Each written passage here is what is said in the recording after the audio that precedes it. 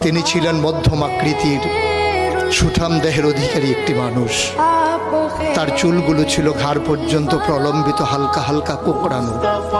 তিনি যখন চুলের ভিতরে তৈল দিয়ে আছড়াতেন মনে হতো মৃদুমন্দ ঢেউ দেখা যায়। তার কপাল ছিল চওড়া, ভ্রুগুলো ছিল জোড়া ভ্রু, ধনুকের মতো বাঁকা।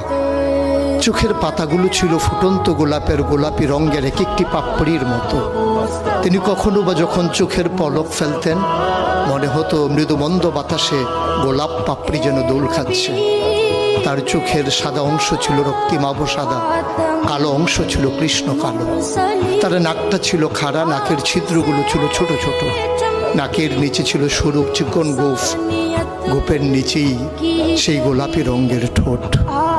তার ঠোঁটগুলো যখন কখনো বা মুচকে হাসত গোটা পৃথিবীর মানুষ অবাক বিস্ময়ে দেখত গোটা পৃথিবীতে যেন বিজলি চমকিয়েছে।